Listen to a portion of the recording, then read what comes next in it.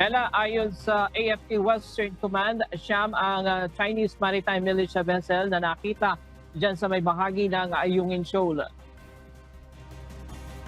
Ayon kay Armed Forces of the Philippines Western Command, Commander Vice Admiral Alberto Carlos, 5 Chinese Maritime Militia Vessel umano o CCMV ang nasa loob ng bahura at 4 naman ang nasa labas nito.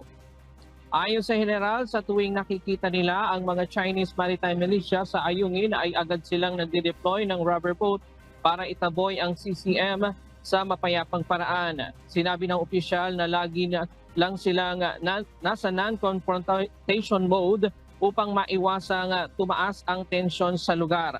Mahigpit nilang binabantayan sa ngayon ang mga magiging pagkilos ng mga CCM vessel.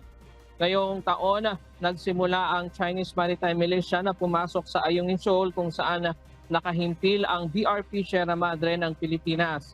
Kinumpirma ni Commander na may 9 na Chinese Maritime Militia vessel silang namataan sa paligid ng Ayungin Shoal. Matatandaan noong linggo muling hinarang ng Chinese Coast Guard at Chinese Maritime Militia vessel ang rotational and resupply mission ng AFP sa lugar kung saan personal na nakasama at nasaksihan ni AFP Chief of Staff Romeo Browner Jr. at Westcom Commander Vice Admiral Carlos ang pambubuli ng China. Muling nagsagawa ng dangerous maneuver at water cannon sa mga supply boat kung saan nasira ang isa at kinatak na lamang ito pabalik. Yan muna ang latest mula dito sa Quezon City. Balik sa iyo, Ella. Alright, maraming salamat, Ryan Lacanlale.